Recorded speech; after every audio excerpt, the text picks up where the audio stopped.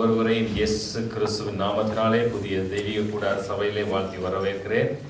மீண்டுமா உங்களுடைய அன்பான முகங்களை பார்க்கிறதிலே சந்தோஷமாக இருக்கிறது. Welcome you all on behalf of New Tabernacle Church. I'm very glad to see you all here. இந்த சந்தோஷமான ஒரு காலை நேரத்தை கடவுள் எங்களுக்கு ஆயி தந்திருக்கிறார். God has given us this wonderful morning. அவர் இந்த இடத்திலே அவருடைய நாமத்திலே கூடியிருக்கிறோம். அவர் எங்களை ஆசீர்வதித்து அவர் எங்களை நினைத்தருளினபடினால் தான் நாங்கள் இந்த இடத்திலே கூடியிருக்கிறோம். We are gathered here because he has in his thoughts you and me today. ஆகவே எங்களை அழைத்து இந்த இடத்திலே கூட்டி சேர்த்தவர் அவர் வல்லவர். He has gathered us today. He is a mighty God. அவர் அவருடைய வாழ்க்கையிலும் அதிசயமான காரியங்களை செய்கிறவர். He is doing miraculous and wonderful things in everybody's life today. இந்த வார்த்தையை விசுவாசித்தால் அற்புதத்தோடு தான் நாம் இந்த இடத்தை விட்டு கடந்து செல்வோம். If you believe in this words, you will receive a miracle. இந்த விசுவாசிக்கே தான் அந்த வல்லமை புறப்படுகிறது. Only if you believe and if you have faith and the power and mightiness of God. ஒரு மனிதனுக்குள்ளே கடவுள் கொடுத்திருக்கிற பெரிய ஒரு அதிசயம் அந்த விசுவாசம் என்பது. The faith is the only thing which is a precious thing which is given to the man. விசுவாசத்தினாலே மனிதர்கள் अनेक காரியங்களை இதனால செய்ய முடியும் என்று செய்கிறார்கள். அதை நாங்கள் பார்க்க முடிகிறது. With faith you can do lots and wonderful things. சில பேர் இதனால முடியாது செய்ய இயலாது என்றால் செய்ய முடியாது. If you think that you cannot do, you cannot do it. சில பேர் இல்லை நான் இதை செய்ய வேண்டும் இதை சாதிக்க வேண்டும் என்று செய்கிறவர்கள் செய்திருக்கிறார்கள் சாதித்திருக்கிறார்கள் இந்த உலகத்திலே. If you believe and if you have faith and you think that you can do it, you can do it. அது அவர்களுக்கு அந்த நம்பிக்கைக்குரிய அந்த வல்லமையும் அதோட பலனுமாய் இருக்கிறது. That's their faith and that's their strength. அதை பார்க்கிலே நாங்கள் கடவுள் மீது நம்பிக்கை வைக்கும்போது அது இன்னும் எங்களுக்கு உதவி செய்கிறது. அது இன்னுமாய் ஆசீர்வாதமாய் மாறுகிறது. Apart from that, if you keep the faith on God, that's a big thing. அழகான ஒரு கிறிஸ்மஸ் ட்ரீ வைத்திருக்கிறார்கள். There is a beautiful Christmas tree. பார்க்க அழகா சோடித்திருக்கிறார்கள். They've decorated very well. இருந்தாலும் இது வேதத்திலே இல்லாத ஒரு காரியம்தான். But this is not given in the Bible. குறித்து யாருக்கு இவ்வளவு விளக்கம் இருக்கும் எனக்கு தெரியாது. I never know like how many people know about this. இதில் இருக்கிறபடியால் அதை குறித்து கொஞ்சம் சிறு காரியம் சொல்ல நான் ஆசைப்படுகிறேன். Just because the tree is here, I'm going to talk about it. இது வேதத்திலே எங்கேயுமே எழுதப்படாத ஒரு காரியம். This has not been written in Bible anywhere. இதை கடவுள் செய்ய சொல்லி எங்கேயுமே கட்டளையிடவும் இல்லை. God has not asked us to do anywhere. இதில் போட்டிருக்கிற அழகான லைட்கள் அல்லது அந்த கூகுள்கள் அந்த உருளைகள் எல்லாமே கடவுள் சொல்லிப்படவில்லை, அந்த மனிதர்களால் உருவாக்கப்பட்டவைகள். It's not like God ordered us to do us and the decorative things which is here, the ball, snowflakes, whatever is here is not God told us to do. ஒவ்வொருவரும் தங்கள் சிந்தனையிலிருந்து அதை செய்து வைத்திருக்கிறார்கள். Everybody had their own ideas, so they just started doing it. இன்னும் வேத சரித்திரங்களை பார்க்க போனால் அது கிறிஸ்தவருடைய வழிபாடாகவும் இருக்கவில்லை. அது ரோமருடைய கிரேக்கருடைய வழிபாடுகளாக இருந்தது. This is not a Christian traditional thing which we should be followed. This is Romans tradition. Martin Luther என்பவர் ஜெர்மனி நாட்டை சேர்ந்தவர். 500 வருடத்துக்கு முன்பாக வருகிற வருஷம் அவருடைய 500வது பிறந்த நாள். அவர்தான் இதை ஒரு உருவை கொண்டு வந்தவர். Martin Luther King, he's the one who established this. He founded this. By the next week, he will be turning 500 years. அவர் அழகான ஒரு புரட்சி செய்து புரொட்டஸ்டாண்ட் சபையை ஸ்தாபித்தவர். He protested and he started the church. அதில் இருந்தான் எங்களுக்கு தெரியும் அநேக சபைகள் இருக்கிறது. இருந்தாலும் அவர் ஒரு நாள் தன்னுடைய வீட்டிலே அது உருவாக்கினவர். அதை He created in his own house. வீட்டிலே வந்து ஒரு மரத்தை உருவாக்கி அதில் அந்த மெழுகு பத்திகளை அதில் குத்தி விட்டார். He created a tree in his house and he just put candles inside that. நாங்கள் உலகத்துக்கு வெளிச்சமாய் இருக்கிறோம் என்பதை அதை அடையாளப்படுத்தினார். He wanted to show that we are the light of the world. நாங்கள் மரம். We are tree. மரம் என்றால் ஆக்கள் பேசுவாங்க, அந்த மரம் இல்லை. ஆக்கள் கோபம் வந்தால் சொல்லுவாங்க இது மரம் மாதிரி நிற்குது, அந்த மரம் இல்லை. நாங்கள் ஒரு மரம் என்ற ஒரு ரீதியிலே அந்த மரத்திலே நாங்கள் ஒளி கொடுக்க வேண்டும். அதாவது உலகத்துக்கு நாங்கள் வெளிச்சமாக இருக்கோம் என்பதை அவர் தன்னுடைய குடும்பத்துக்கு அதை காண்பித்தார். He wanted to define his family that we are the light of the world, so he lit the light on the trees. அது காலப்போக்கில் நாங்கள் ஒன்றை ஆரம்பித்தால் காணும், அதை எங்கேயோ கொண்டு முடித்து விடுவோம் இல்லையா? Once one thing is started, we will take it to another place.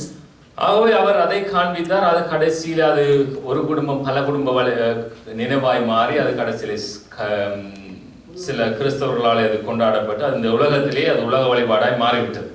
This became a worldly tradition after him, and then the generation followed it, and then they changed it over and over again. இருந்தாலும் அவர் என்ன நோக்கத்துக்காக உருவாக்கினாரோ அந்த நோக்கத்திலே நாங்கள் செயல்படுவோமா இருந்தால் அது ஆசீர்வாதமாக இருக்கும். But if we follow that in the same way, that what purpose it should serve, it will be great. இது கிறிஸ்மஸ் மரம், அதாவது கிறிஸ்மஸ் ட்ரீ உருவான ஒரு கதை இது. This is the story behind the Christmas tree. அது பற்றி வேதத்தில் நீங்கள் என்ன கேட்டால் எனக்கு விளக்கம் சொல்ல தெரியாது. If you ask me what's written in the Bible, I don't know what. ஏன்னா அங்கே ஆண்டவர் அதை குறித்து சொல்லவில்லை. கிறிஸ்மஸ் 25ஆம் தேதி பிறக்கவும் இல்லை. Because he didn't write it what about the Christmas tree, and he did not even born on December 25th. இயேசு பிறந்தது உண்மை. ஒரு பக்தன் கடவுளை நோக்கி இப்படியாய் கதறுகிறான். Here is the David who is crying towards God. நான் உம்மை நோக்கி கூப்பிடுகிறேன், என் தேவைகள் நிமித்தம் உம்மை நோக்கி கதறுகிறேன், நீர் கேளாதவர் போல இருக்கிறீர். I'm crying out to you, God, but you are not listening to me. நீர் மௌனமாய் இருக்கிறீர் என்று சொல்லி அவன் புலம்புகிறான். He just saying that you are so silent. இந்த புலம்பல் இந்த உலகத்தில் இன்று வரைக்கும் புலம்பிக் கொண்டிருக்கிறது. So many people are lamenting about this. அநேக தேசங்கள் இதை குறித்து புலம்பிக் கொண்டிருக்கிறது. Many countries are lamenting about this. அநேக குடும்பங்கள் இதை குறித்து புலம்பிக் கொண்டிருக்கிறது. So many families are lamenting this. அநேகருடைய வாழ்க்கையிலே இந்த புலம்பல்கள் ஏற்படுகிறது. In lots of people's lives this thing is happening. ஏன் கடவுளே நீர் மௌனமாய் இருக்கிறீர்? Why are you, God, so silent? ஏன் கடவுளே நீர் கேளாதவர் போல இருக்கிறீர்? Why you look like so you're not listening to me? எனக்கு தெரியும் நீர் கேட்பீர். I know you will listen to me. நாங்கள் உம்மை நோக்கி கூப்பிடும்போது நீர் கேட்பீர் என்பது எனக்கு தெரியும். We know that when we cry out to you, listen to us. நீர் ஒருபோதும் ஒரு மனிதனை காணாதவர் போல இருக்க மாட்டீர் என்பதும் எங்களுக்கு தெரியும். You will never ignore a man like that. அப்படியா இருந்தால் ஏன் நீர் கேளாதவர் போல இருக்கிறீர்? Then why you looking like that? You never listen to me. நீரே காணாதவர் போல இருக்கிறீர். Why are not ignoring me? இப்படியாய் அவன் தன்னுடைய தேவையிலே கடவுள் கைவிடப்பட்டவன் போல இருந்து கதறுகிறான். He is so desperate and is crying to God. இந்த கதறுகள் இந்த உலகத்திலே இருக்கிறது அநேக இடங்களிலே. So many people are crying like this in the world. இதுக்கு நான் கடவுளையே அநேக குற்றம் சாட்ட வாய்ப்பு இருக்கிறது. We can blame God for this reason. அல்லது அநேகர் கடவுளை புரிந்து கொள்ள அவருடைய தன்மைகளை புரிந்து கொள்ளாமல் இருக்கிறதுக்கு ஒரு காரணமாக இருக்கிறது. They never understand God's characteristics. That's one reason. ஏசாயா தீர்க்கதரிசன புத்தகம் 58வது அதிகாரம். Isaiah 58. அங்கே கடவுள் சொல்லுகிறதை மனிதர் செய்ய மனிதர்களுக்கு விருப்பமில்லை. Here people doesn't want to do what God wants them to do. நாங்கள் உலகத்தில் என்ன வேண்டுமானாலும் செய்வோம், ஆனால் கடவுள் சொல்லுகிறதை செய்ய எங்களுக்கு விருப்பமில்லை. They like whatever they wanted to do in this world, but only thing they will not do is நல்ல கொண்டாட்டங்களை கொண்டாட எங்களுக்கு விருப்பம்.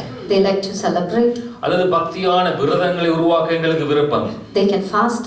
அல்லது பக்தியான கிரியைகளை செய்ய எங்களுக்கு விருப்பம். They can do whatever which is pious to God. கடவுள் சொல்லுகிறதை செய்ய விருப்பமில்லை. But they don't want to do whatever God says. இன்னொரு இடத்திலே கடவுள் சொல்கிறார், ஜனங்கள் விரதம் இருந்து அங்கே பக்தி கொண்டாடி கடவுளை தேடிக்கொண்டிருக்கிறார்கள். Here people are fasting and they wanted to seek God.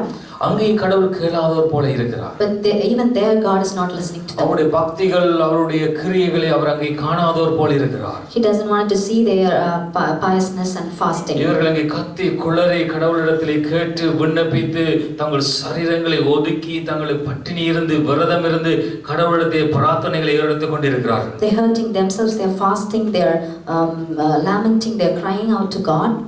ஆனால் கடவுள் அங்கேயும் கேளாதவர் போல இருக்கிறார். But he just shuts his ear. கடவுள் கேளாதவர் போல இருந்தால் நாங்கள் கடவுள் மேலே கோபம் கொள்கிறோம்.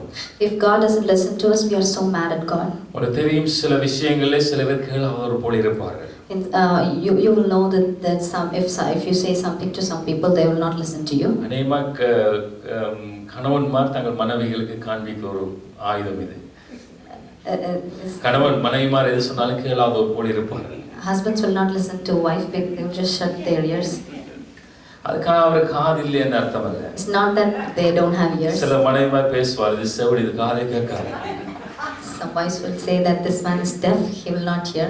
அது எப்படி சொன்னாலும் அவருக்கு அது கேட்க போறது இல்லை. How loud you say, he will not hear that. ஏன்னா அவருக்கு இது கேட்டா பிரச்சனை. Because that man will know if by listen it's a problem. கேளாத போல் இருந்துட்டோம்னா நமக்கு பிரச்சனை இல்லை, மற்றவர்களுக்கும் பிரச்சனை இல்லை. If you pretend to be like a deaf man, it's not a trouble to me and trouble to others. ஆனா இந்த பிரச்சனையை கேட்டா இதோட முடிய போறல, திருப்பி இன்னொரு பிரச்சனையை கொண்டு வருவார். அப்ப கேட்காம இருந்துட்டா ஒரு பிரச்சனையும் வராது. It's better that not to listen to the wife so that there is no problem coming. இது உலகத்திலே எல்லா மக்களிடத்திலேயும் ஆண்களிடத்திலே இருக்கிற ஒரு பலமான ஒரு ஆயுதம் இது. This is a worldly men behavior. ஒரு கட்டத்திலே ஒருவர் எழுதியிருந்தார், மனைவி திட்டும் போது தொலைக்காட்சியோட சத்தத்தை கூட்டுகிறவன் மனிதனாக மாறுகிறான். There was a man who's written this, when wife scolds at you or talks at you, like you just raise the volume of the television. இல்ல அதிகமாக சத்தம் போடும்போது அந்த உடுப்பை கோட்டை போட்டுக்கொண்டு வெளியில போறவன் கடவுளா மாறிடுறான். If the wife is yelling so badly and this man puts the jacket and goes away, that's a great man. இது ஒரு மனிதனுடைய கருத்து அது. This is a small detail about. ஆவே கடவுள் கேளாதவர் போல இருக்கிறதுக்கு ஒரு காரணங்கள் இருக்குது இந்த உலகத்திலே. There is a reason behind why God is not listening to us. மக்கள் இவ்வளவு கதறும் போதும் கூப்பிடும் போதும் அவர் கேளாதவர் போல இருக்கிறார் என்றால் கடவுள் ஒரு மனிதனை பார்க்கல மேன்மையான சிந்தனை உடையவர். If God is not listening to people, even if they are fasting and doing all sort of things, he has a reason behind that. இங்கே கடவுள் அதை குறித்து ஒரு காரியத்தை சொல்லுகிறார். 58வது அதிகாரத்தை வாசியுங்கள். அவர் ஏன் அநேக தேசங்களிலே கேளாதவர் போல இருக்கிறார், அநேக யுத்தங்கள் அழிவுகள் பஞ்சங்கள் வரும்போது அவரால் இங்கே கேட்க முடியாத போல இருக்கிறது காரணங்கள் இருக்கிறது. There are reasons behind why God is not listening to people, even if there is a famine or war or battle going on in the world. ஏசாயா 58வது அதிகாரம் 6வது வசனத்திலிருந்து வாசிப்போம். Is this not the fast that I have chosen, to loose the bonds of wickedness, to undo the heavy burdens, to let the oppressed go free, and that you break every yoke? அக்கிரமத்தின் கட்டுகளை அவிழ்க்கிறதும், முகத்தடியின் புனையல்களை நெகிழ்க்கிறதும், நெருக்கப்பட்டிருக்கிறவர்களை விடுதலையாக்கி விடுகிறதும், சகல முகத்தடிகளையும் உடைத்து போடுகிறதும்.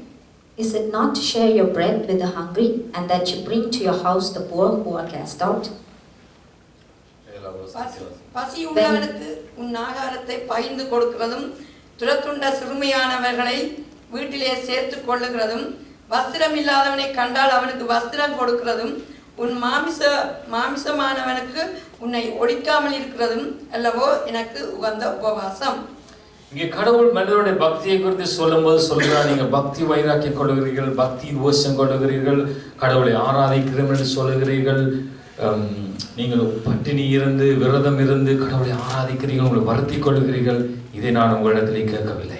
Here God says that you are so into religious, you are so pious and you do lots of things for God, you are fasting and you are crying out to God, but this is not what I want from you.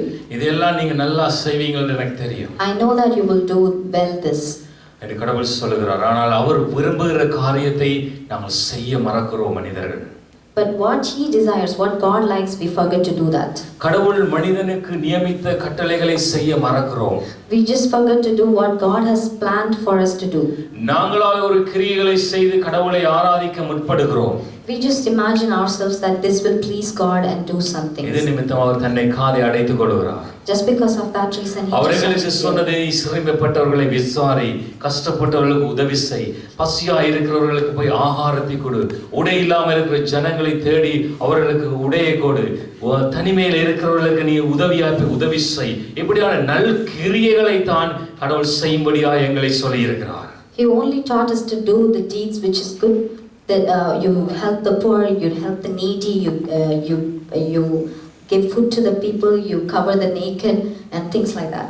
அதுதான் உகந்த உபவாசம், உகந்த பக்தியா இருக்கும். அப்போது நான் செவி கொடுப்பேன் உங்களுக்கு. That's the real fasting and that's the piousness you show to me. என்றால் ஏழைக்கு இறங்குறவன், வேதத்தில் ஒரு வசனம் இருக்கிறது, ஏழைக்கு இறங்குறவன் கடவுளுக்கு இறங்குகிறான். If you help the poor and if you are merciful to the poor, then you are giving debts to the God. நாங்கள் கடவுளுக்கு ஏதாவது ஒரு காரியத்தை கொண்டு போய் கடவுளிடத்திலே கொடுப்பதல்ல உண்மையான பக்தி. It's not that it's very religious and pious to give something towards God. ஏழை இருக்கிறான், அவனுக்கு கொண்டு ஒரு ஆகாரத்தை கொடுப்பதுதான் உண்மையாய் கடவுள் விரும்புகிற காரியம் என்று வேதத்திலே தெளிவாய் திட்டமாய் எழுதப்பட்டிருக்கிறது. There is a poor man, if you're going to feed him and if you're going to look after him, that's the precious thing you're going to do. எனக்கு ஒரு கட்டத்திலே சிறு வயதிலே இருக்கும்போது ஒரு கேள்வி இருந்தது. I always have a question when I was a kid. கடவுள் எதற்காக இந்த ஏழைகளை வைத்திருக்கிறார்? Why God has created the poor கடவுள் people? எதற்காக இந்த கஷ்டப்பட்டவர்களை அல்லது அங்கவீனர்களை எல்லாம் வைத்திருக்கிறார்? Why God has put this transgender people? So அந்த பதில் எனக்கு வேதத்தை வாசிக்கும் போது தான் எனக்கு புரிந்து கொள்ளக்கூடியதா இருந்தது. So after I read this, I understood. என்றால் அங்கே தான் ஏழைகளோடு தான் கடவுள் இருக்கிறார். Because where there are poor people, there God is. அங்கே கஷ்டப்பட்டவரோடு கடவுள் இருக்கிறார் அர்த்தம் என்னன்னு சொன்னால், எவர் அவர்களுக்கு உதவி செய்கிற மனப்பான்மை உள்ளவர்களாக இருக்கிறார்களோ, அவர்கள் மீது யார் தங்களுடைய முகத்தை பார்க்கிறார்களோ, அவர்களைத்தான் கடவுள் பக்தி உள்ளவர் என்று குறிக்கிறதுக்கு அவர்களை வைத்திருக்கிறார். Why God put poor people in this world is to see who's gonna come and feed them, who's gonna come and care for them. To them, God's mercies are there. நாங்கள் லட்சக்கணக்காய் ஆயிரக்கணக்காய் சில பணங்களை செலவு செய்து கொண்டாட்டங்களை விழாக்களை ஏறெடுக்கலாம் அல்லது கட்டிடங்களை கட்டலாம். அங்கே கடவுள் வாசம் பண்ணுகிறதும் இல்லை, அதை கடவுள் விரும்புகிறதும் இல்லை என்று நாங்கள் வேதத்திலே பார்த்திருக்கிறோம். You can spend millions and millions of monies to celebrate something, or you can build so many buildings, but God's not dwelling in that. ஒருவேளை மனிதன் அதை பார்த்து பிரமிக்கலாமா, எவ்வளவு அழகான ஒரு கட்டிடம், எவ்வளவு அழகான ஒரு விழா என்று சொல்லி மனிதன் பிரமிக்கிறான். Man can think that this is a wonderful thing they are celebrating, this is a big building they are building. It's man's thought. கடவுள் சொல்கிறான், அதை காணாதவர் போல அந்த இடத்தை விட்டு கடந்து செல்வேன். God will just ignore that and he will walk. அது குறித்து எனக்கு தெரியாது. I don't know about that. இங்கே ஏழைகளை விசுவாசிப்பதும் ஒடுக்கப்பட்டவர்களுக்கு உதவி செய்கிறதும் ஒரு மனிதன் எங்கே செயல்படுகிறானோ அங்கே கடவுள் அவனுடைய சத்தத்தை கேட்கிறார்.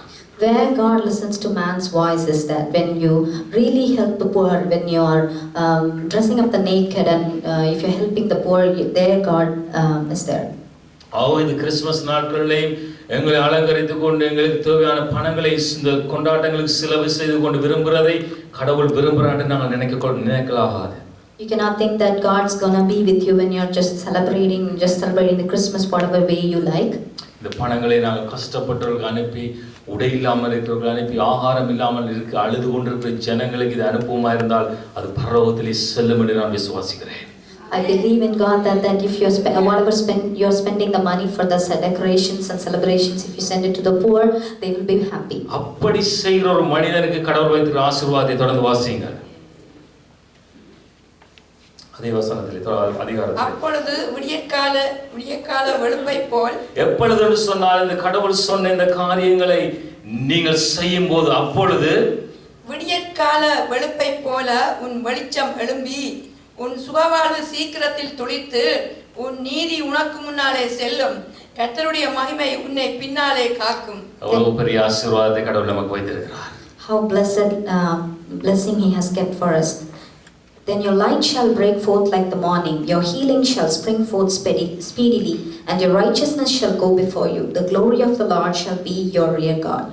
இன்றைக்கு நிறைய அநேகர் இந்த கடவுளுடைய இந்த வார்த்தையை எடுத்து சுவர்களை ஒட்டி வைத்திருப்பார்கள். அப்பொழுதை வெட்டி போட்டு மிச்சத்தை மாத்திரம் வைத்திருப்பார்கள்.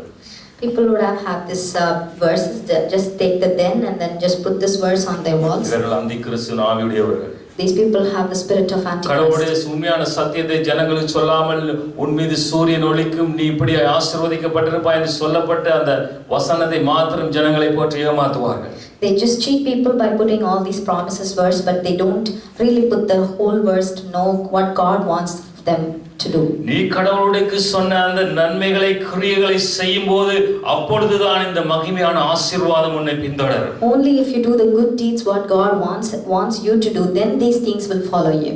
அது மாத்திரமல்ல, இன்னும் ஒரு ஆசீர்வாதத்தை தேர்ந்து சொல்கிறார். அதை அடுத்து வாசியுங்கள். He will also add up one more blessing in your life. Then you shall call and the Lord will answer.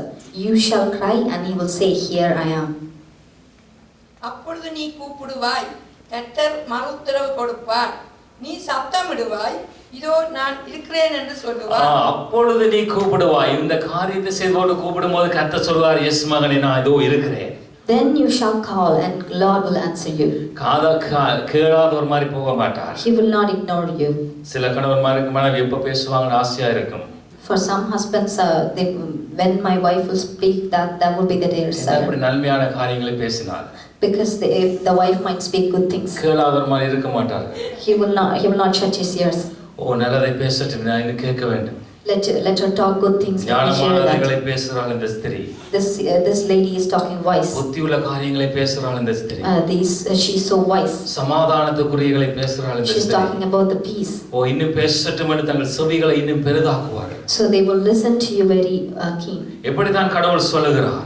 This is what God also says. ஏன் புருஷர்களை சொல்லுகிறேன் என்று சொன்னால் புருஷன் தான் முதலாவதா இந்த உலகத்திலே படைக்கப்பட்டிருக்கிறார். Why I'm talking about husband is the husband is the only man created first. அதுக்கு புருஷன்ல இருந்து தான் மனைவி உருவாக்கப்பட்டிருக்கிறார். After wife is came after the husband. இன்னும் சொல்ல போனா கணவனுக்காக மனைவி உருவாக்கப்பட்டிருக்கிறார்.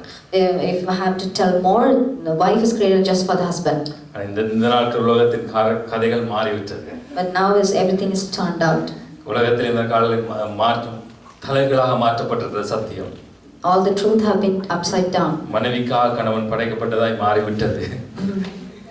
It looks like the husbands are created for the wife. அது சில கணவன்மாருடைய தவறுகளும் அதுக்கு காரணமாய் அமைகிறது. அது வேற கதை, அதை குறித்து நான் பேசவில்லை. This is mistake of some husbands. I don't want to talk now. இருந்தாலும் சத்தியம் என்கிறது அது பரிபூரண புருஷனிலே அடங்கி இருக்கிறது. So the truth is the fact that is behind the husband's role.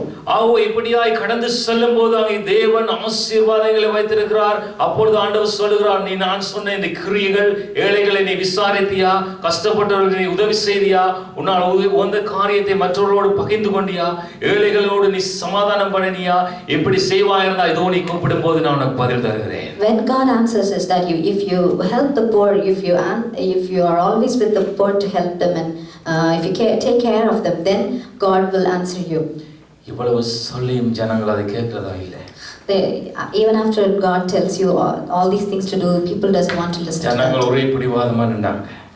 People are just so stubborn. இல்ல நான் உபாசிப்போம், ஆலயத்துக்கு வருவோம், கும்பிடுவோம், இவ்வளவு தான் செய்வோம், நீங்க எனக்கு சொல்லிக் கொடுக்கணும்.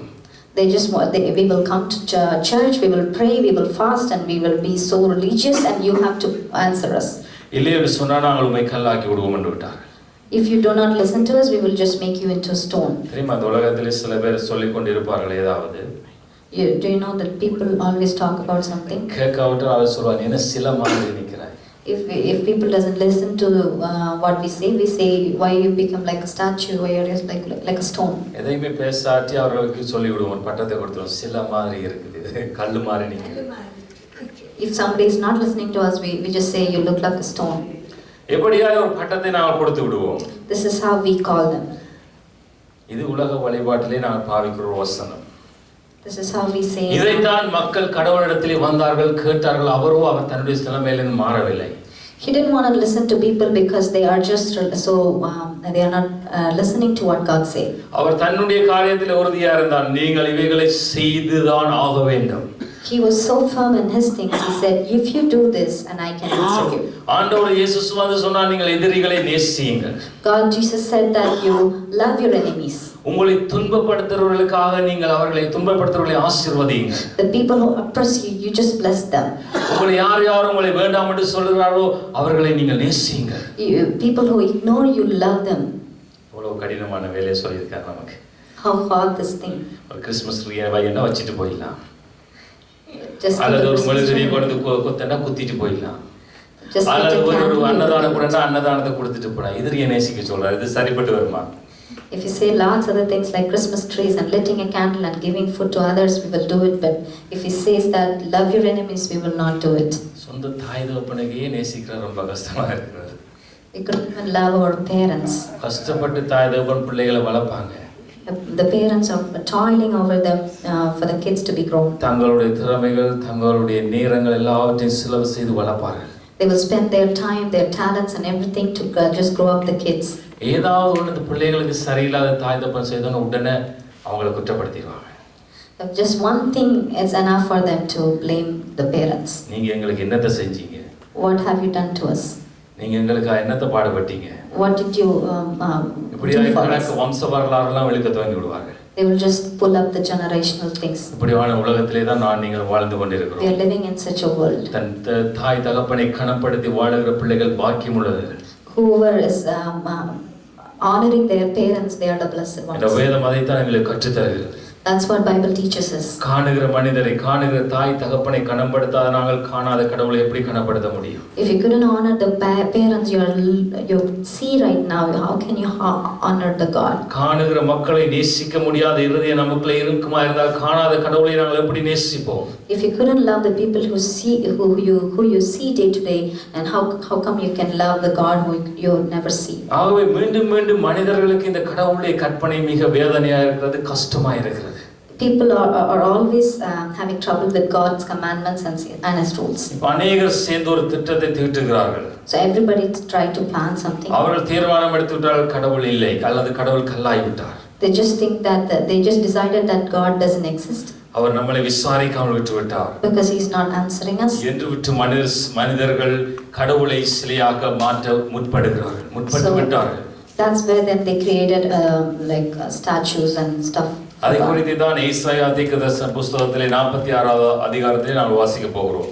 We're going to read that thing in Isaiah 46.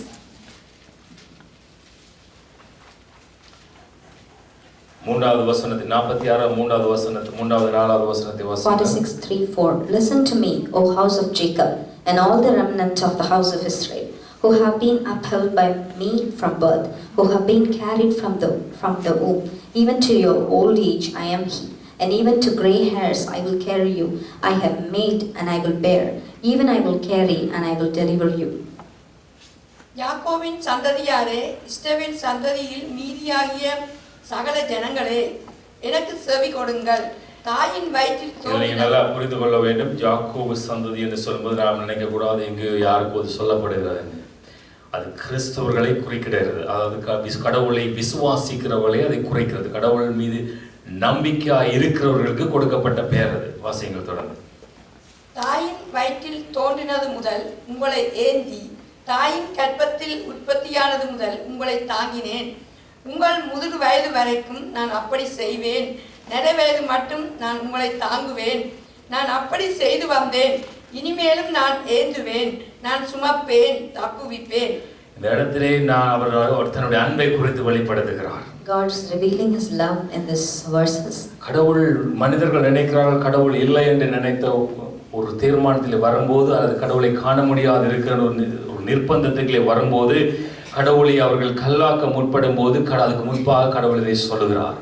When people decided that God doesn't exist and God is not listening to us, so there's no more God.